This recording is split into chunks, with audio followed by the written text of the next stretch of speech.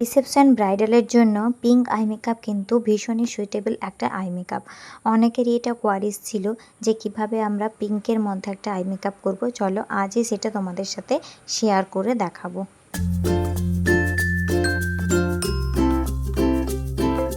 কেমন আছো তোমরা সবাই? আশা করছি যে যেখানে আছো খুব ভালো আছো।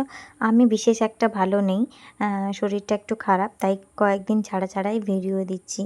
যাই হোক, আমি প্রথমে আইব্রো ড্র করে আইব্রোসটাকে সুন্দরভাবে রেডি করে নিয়েছি।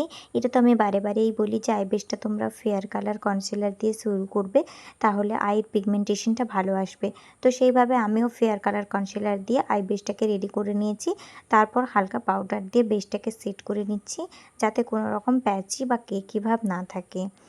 তো এবার আমি একদম আইর কর্নার থেকে শুরু করব। একটা ট্যাপার ব্রাশ নিয়ে আমি একদম পিঙ্ক একটা কালার নিচ্ছি, ডার্ক পিঙ্ক কালার একদম বলতে পারো। এটা কিন্তু একদমই ডার্ক পিঙ্ক, একদম লাইট তোমরা পিঙ্ক নেবে না, যেহেতু আইটারে পুট মানে আউটার কর্নারে পুট করছি, তাই সবসময় আমাদেরকে অনেকটাই ডার্ক পিঙ্ক কালার নিতে হবে ট্যাপার ব্রাশের মাধ্যমে। এবং দেখো আমি ভি করে এখানে কালারটাকে অ্যাপ্লাই করেছি। সবসময় আউটার ভিতে কিন্তু ভি লাইন বরাবর আমাদের ব্রাশটাকে অ্যাপ্লাই করলে, কালারটাকে পুট করলে সেটা মানে পিগমেন্টেশনটা খুবই ভালো লাগে। এবার আমি হালকা হাতে এটাকে সুন্দরভাবে ব্লেন্ড করে নেব, যাতে এর কোনো হার্শ লাইন না বোঝা যায় বা কোনো রকম মানে হেজিনেস বা কোনো রকম কিছু স্পট আমাদের না বোঝা যায়। এরপর আমি পিঙ্কের থেকে একটু একটা লাইট শেড মানে ডার্ক পিঙ্কের থেকে একটু লাইট পিঙ্ক একটা কালার নিব, যেটা একটু ব্রাউন ঘাসা আছে, তোমরা দেখতেই পাচ্ছ ক্যামেরাতে।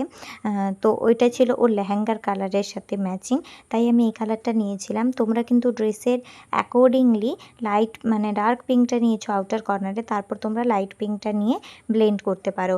বাকি ক্রিজ লাইন বরাবর হচ্ছে আমি লাইট পিঙ্কটাকে দিয়ে খুব ভালোভাবে ব্লেন্ড করে নিলাম।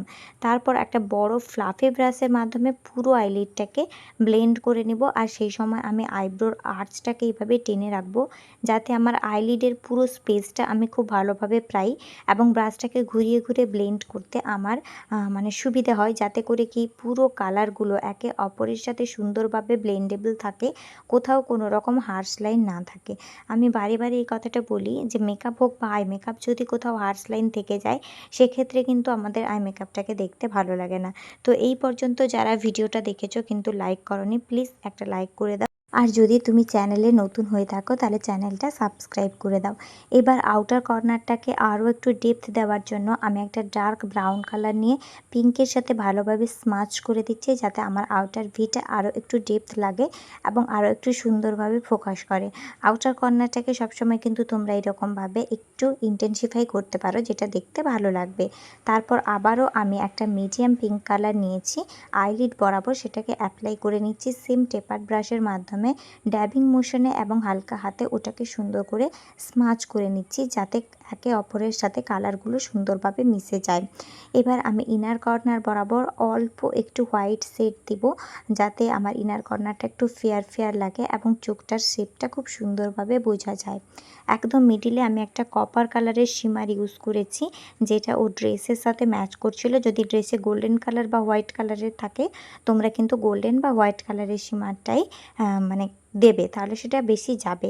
আমার এখানে কপার কালার ছিল এবং সামনের দিকটা যেহেতু একদম ইন্টেন্সিফাই ছিল, তাই আমি ওখানে একটু শ্যাম্পেন কালারের শিমার দিয়ে দিলাম, যাতে দেখতে খুব সুন্দর লাগে।